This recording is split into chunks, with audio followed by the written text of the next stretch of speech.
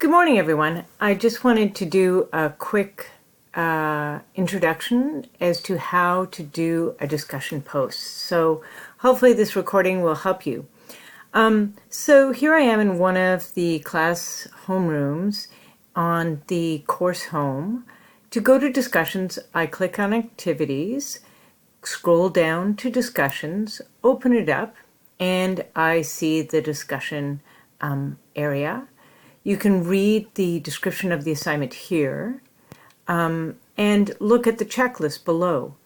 In order to post a discussion, I click on the blue introduction post title.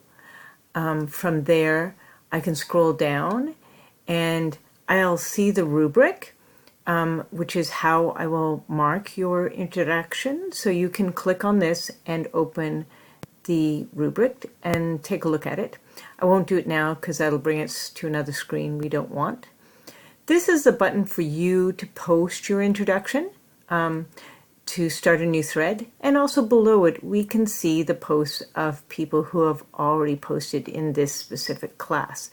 So I could comment on somebody else's post just by clicking on it, and it'll open it up, and then I can post on their introduction.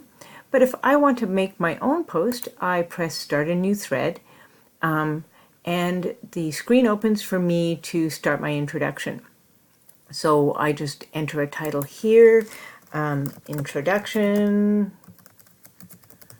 example, and then below I start my introduction.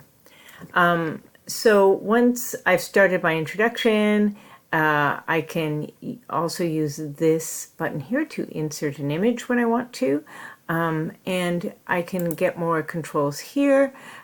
So as you hover over each of them, it tells you how to insert a quick link. Say I wanted to connect to my own photography website, and hovering over each of them, I can bold, I can do italics. Well, you get the idea.